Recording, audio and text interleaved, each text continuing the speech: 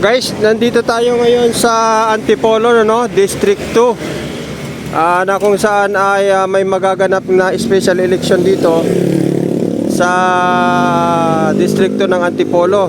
At alam naman natin na yumao ang dating congressman, Representative Acop. Kaya sa ngayon magkakaroon ng special election. At dito nga tututukan natin yung kanilang election. At tara, magkakalyo survey tayo. Nandito tayo ngayon sa may Sitio Maligaya. Ayan o, Barangay Sitio Maligaya, guys. Ito.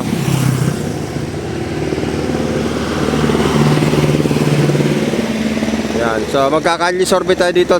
Tanungin natin kung sino yung iboboto nila para congressman.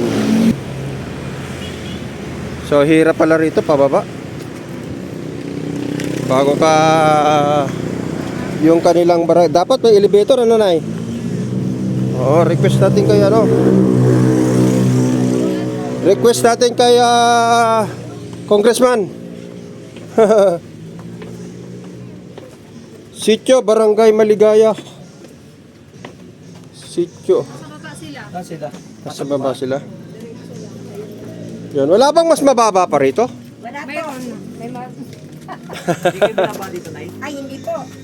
Ayan. Mamalaki to itong lugar namin na to. Ay, ganun pa ba? Opo, sa 1985, natira ko dito. Minsan, di pa po ito binaha. Nanay, alam niyo po bang may magaganap na special election dito? Siyempre, meron. Ako pa.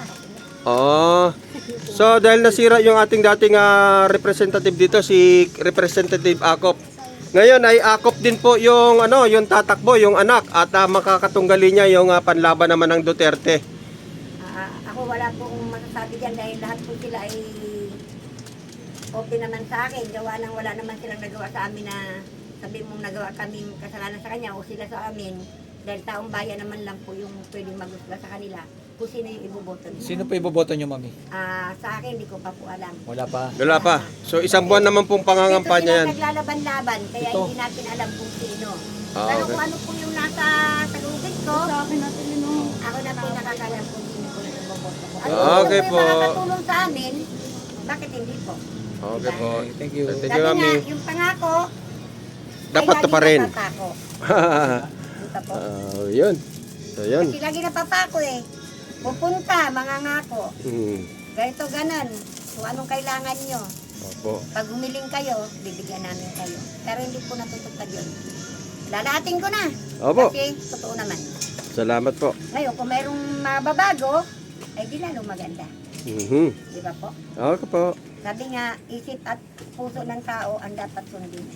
Hindi Sige. po yung kung anong dikta. Hindi po tayo pwedeng diktahan ng kung sino man. Tayo lang po yung nakakaalam. Pero para po sa akin, kung ano po yung nasa ano po, yun ang tapos na po. So pagdating na lang po ng eleksyon, doon niya na lang Doon na lang po namin manang kung sino talaga yung Pero sa ngayon, nanay, sino yung malapit sa puso mo? Yung kunting-kunti lang, yung malapit na malapit. Kasi sa tatlong kandidato po yan, pare-parehas ko po silang kaibigan. Ganun po ba? Kaya kung saan naninimbang lang po tayo. Mhm. Pero iano ko pa rin po sila. Lahat po sila ikakampanya ko. Bahala na sila kung sino Si talaga. Congressman na Red Villaga po ay talagang may pangako daw ngayon na dahil wala daw university at saka General Hospital dito sa Antipolo, balak niyang magtayo Matagal naman na pong wala talaga eh. para hindi na raw po Maliit na kayo hospital natin. makiki-hospital sa karatig lugar nyo. So pabor po ba kayo doon sa mensahe niyo? Ay, pabot po kami doon eh. Mas malaking bagay po yun kung matutupad yun. At saka para sa kabataan yun. Yun po yung plataforma niya. So yung Maganda. sa Maganda kabila. naman po yung plataforma ni ni Ridiaga. Wala naman po kami masabi. Yun, so Kasi ang kailangan. papasya namin kung sino pa po yung mga magpapaliwanag, magbibigay ng plataforma. Titimbang-timbangin po natin yan kung sino po yung totoo at hindi nagsasabi ng totoo.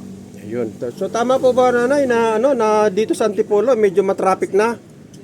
Sa traffic po natin yan ay hindi po mawala yan kasi po yung tinatawag na yung mga truck, ano bang tawag doon? Yung Mga naghahauling ng truck. opo, yung katulad po yan. Sa totoo lang po, sana mabigyan nila ng action tong mga poste. Kasi yan po yung karamihan na nadidisgrasya. Yung poste na kailangan mailipat, yung pong poste, kailangan po magkailaw.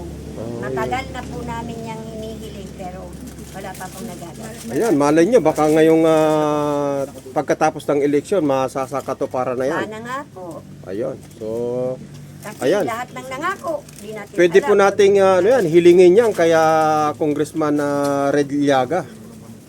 Kung siya po yung papalarin. Ano po yung inyong munting kahilingan, Mami?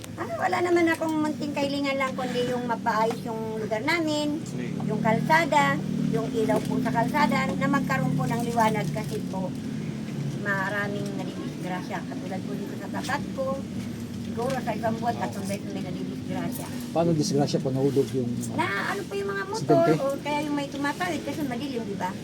O di hindi man nakikita ng tumatawid, kung sila po... Pailawan, pailawan. Kailangan may ilaw. Oh. Kasi nga sabi nga, anong silbi ng gobyerno kung hindi magpapailaw sa bawat... Oh. Yun lang naman po yun.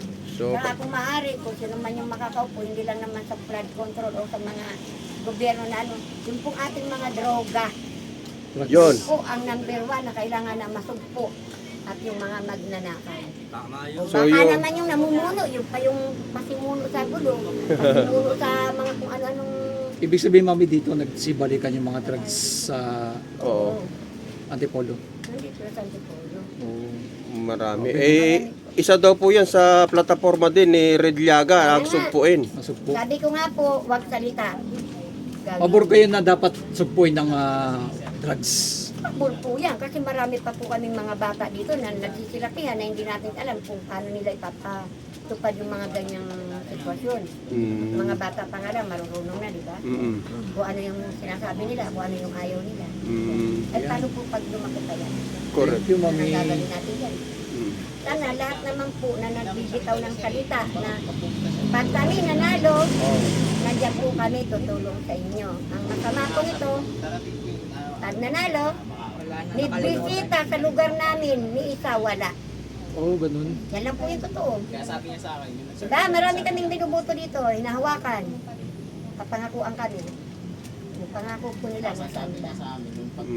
So, Ano po itong address nyo, Mami, dito? Ano to? Ang lugar nyo? Sitio Maligaya, Sitio Barangay Maligaya. San Jose. Sitio Maligaya, Barangay San Jose, Antipolo. Thank you, District 2 Mami. to, ano? District 2.